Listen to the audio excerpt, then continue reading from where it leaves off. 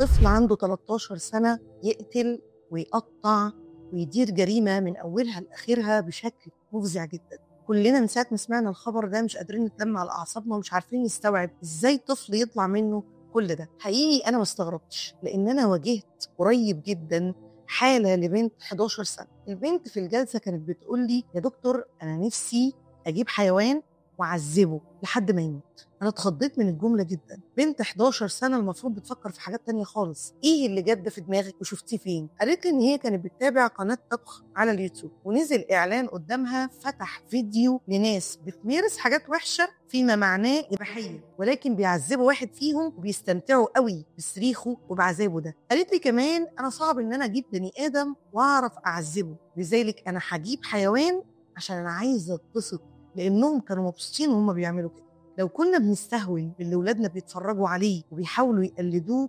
فالمفروض إن احنا ننتبه من اللي بنشوفه. معنى إن ولادنا بيشوفوا محتوى بيبيح لهم العنف وبيحسسهم إن كنا بنموت حد بإيدينا ده شيء كويس، ده شيء بيخلينا سعداء، يبقى هنا في كارثة، هنا في مشكلة.